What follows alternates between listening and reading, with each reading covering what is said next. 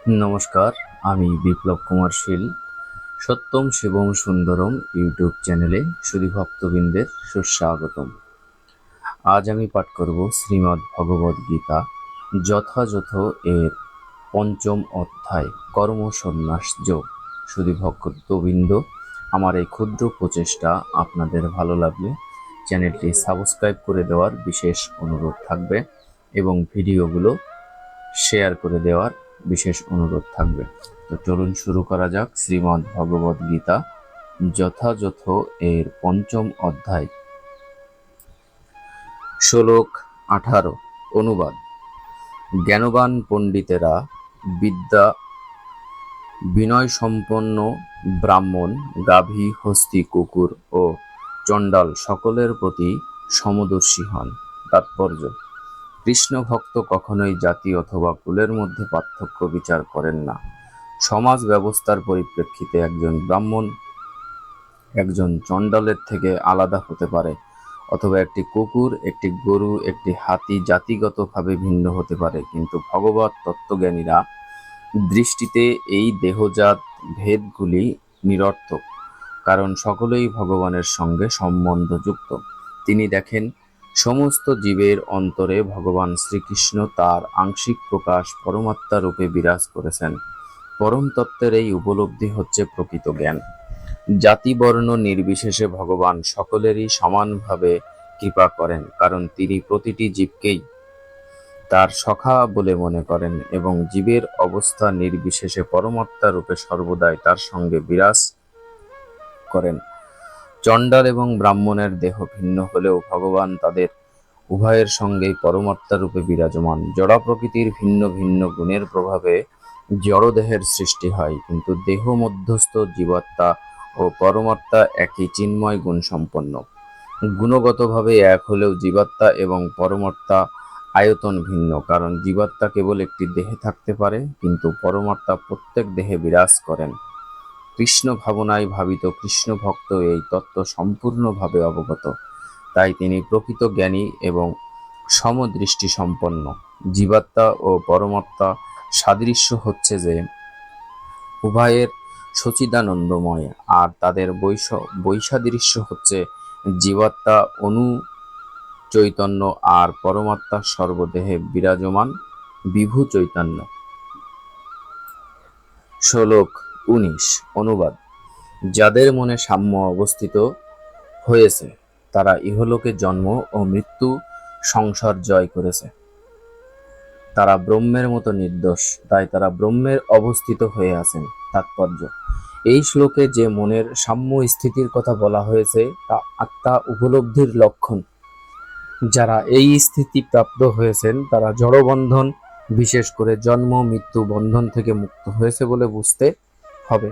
যতক্ষণ জীব তার দেহটিকে তার স্বরূপ বলে মনে করে ততক্ষণ সে জড় জগতের বন্ধনে আবদ্ধ থাকে, কিন্তু আত্মা উপলব্ধির ফলে যখন সে সবকিছুর প্রতি সমদৃষ্টি সম্পন্ন হয় তখন সে জড়বন্ধন থেকে মুক্ত হয়। পক্ষান্তরে তখন আর তাকে এই জড় জগতে জন্মগ্রহণ করতে হয় না। দেহত্যাগ করার পর সে ভগবত ধামে প্রবিষ্ট হয়। রাগ ও দেশ থেকে মুক্ত হবার ফলে ভগবান সম্পূর্ণ নির্দোষ। তেমনি জীবও যখন রাগ ও দেশ থেকে মুক্ত হয় তখন সে নির্দোষ হয় এবং ভগবত ধামে প্রবেশ করার যোগ্যতা লাভ করে। এই ধরনের লোকেরা জীবনমুক্ত। তাদের লক্ষণ পরবর্তী শ্লোকে বর্ণনা করা হয়েছে। শ্লোক 20। অনুবাদ। যে ব্যক্তি প্রিয় বস্তুর প্রাপ্তিতে উৎফুল্ল হন না এবং অপ্রিয় বস্তুর প্রাপ্তিতে বিচলিত হন না, যিনি স্থির বুদ্ধি, মোহশূন্য ও ভগবত তত্ত্ববেত্তা, তিনি ব্রহ্মেই অবস্থিত। তাৎপর্য: এখানে আত্মজ্ঞানী মহাপুরুষের বর্ণনা করা হয়েছে। তার প্রথম লক্ষণ হচ্ছে যে তিনি মোহাচ্ছন্ন হয়ে তার দেহটিকে তার যথার্থ স্বরূপ বলে ভুল করেন না। তিনি সুনিশ্চিতভাবে জানেন যে তিনি তার দেহ নন। তার প্রকৃত স্বরূপ হচ্ছে পরম পুরুষোত্তম ভগবান শ্রীকৃষ্ণের এক অনুসদৃশ্য অংশ।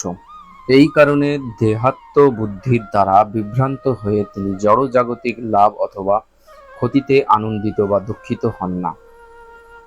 মনের এই দৃঢ়তাকে বলা হয় স্থির বুদ্ধি। তাই কখনোই তিনি তার জড় দেহটিকে আত্মা বলে ভুল করেন না, অথবা দেহটিকে নিত্য বলে মনে করে আত্মার অবহেলা করেন না।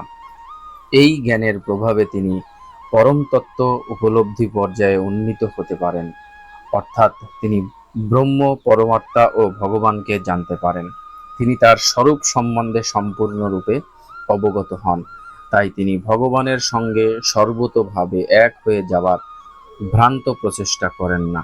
এই হচ্ছে ব্রহ্ম উপলব্ধি অথবা আত্ম উপলব্ধি। এর স্থিরমতি ভাবনার স্তরকেই বলা হয় কৃষ্ণ ভাবনা। শ্লোক 21। অনুবাদ: সেই প্রকার ব্রহ্মবিদ পুরুষ কোন রকম জড় ইন্দ্রিয় সুখ ভোগের প্রতি আকৃষ্ট হন না। তিনি চিদগত সুখ লাভ করেন। ব্রহ্মের যোগমুক্ত হয়ে তিনি অক্ষয় সুখ ভোগ করেন। তাৎপর্য: কৃষ্ণ ভাবনায় ভাবিত ভগবান শ্রী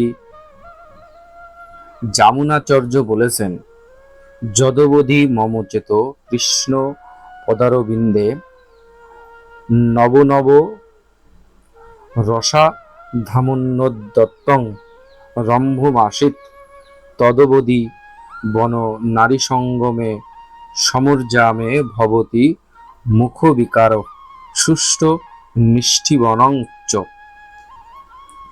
যখন থেকে আমি ভগবদ ভক্তি লাভ করে ভগবান শ্রীকৃষ্ণের পদারবিন্দের সেবায় রত হয়ে নব নব রস আস্বাদন করছি, তখন থেকে নারী সঙ্গমের কথা মনে হলে সেই চিন্তার উদ্দেশ্যে আমি থুতু ফেলি এবং ঘৃণায় আমার মুখ বিকৃত হয়।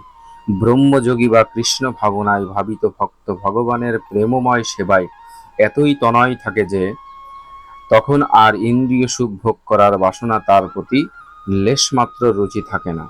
জড়জগতে স্ত্রী সঙ্গ করাটা হচ্ছে পরম সুখ। সমগ্র বিশ্ব এরই মোহে চালিত হচ্ছে।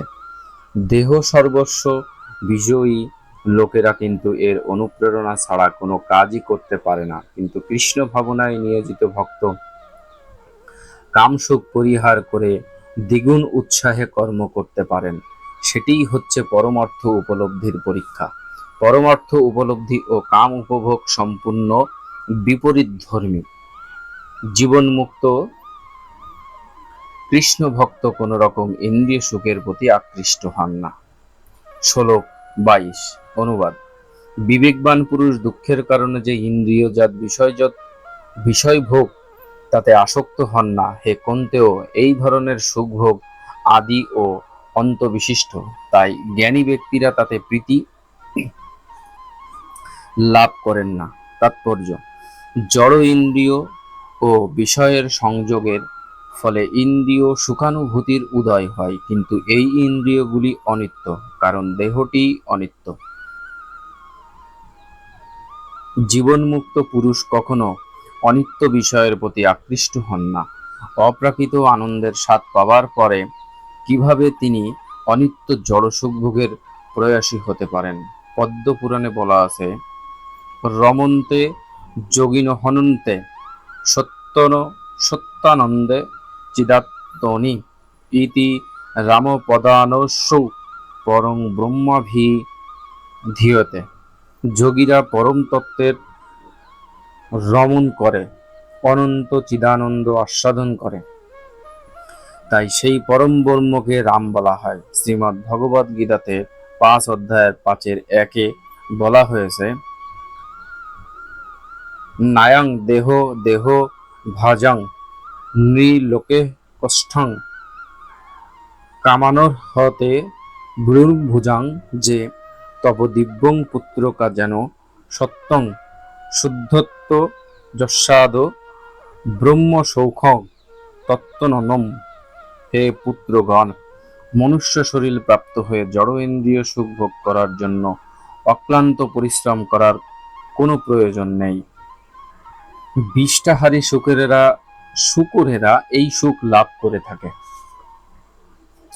বরং এই জীবনে তোমার তপস্যাচর্যার অনুশীলন করা উচিত, যার প্রভাবে তোমরা শুদ্ধ হবে, পবিত্র হবে এবং তার ফলে অনন্ত চিন্ময় আনন্দ লাভ করবে।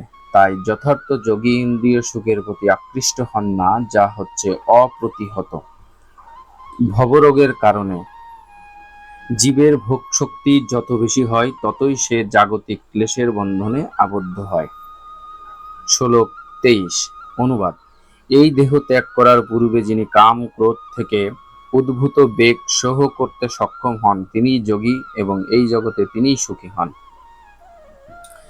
যদি কেউ আত্ম উপলব্ধির পথে উন্নতি সাধনের প্রয়াসী হন, তবে তাকে জড় ইন্দ্রিয়ের বেগ দমন করার চেষ্টা করতেই হবে। এই বেগ 6 প্রকারের: বাচবেগ, ক্রোধবেগ, মনোবেগ, উদরবেগ, উপস্থবেগ ও জিহ্বাবেগ। যিনি ইন্দ্রিয়ের এই সমস্ত বেগ ও মনকে বশ করতে সক্ষম হয়েছে, তাকে বলা হয় গোস্বামী অথবা স্বামী। এই গোস্বামীরা কঠোর সংযমের সঙ্গে তাদের জীবনযাপন করেন এবং ইন্দ্রিয়ের সমস্ত বেগগুলিকে সর্বতোভাবে দমন করে। জড় বাসনা যখন অতিপ্ত থেকে যায়, তখন ক্রোধের সৃষ্টি হয় এবং তার ফলে মন, চক্ষু ও বক্ষ উত্তেজিত হয়।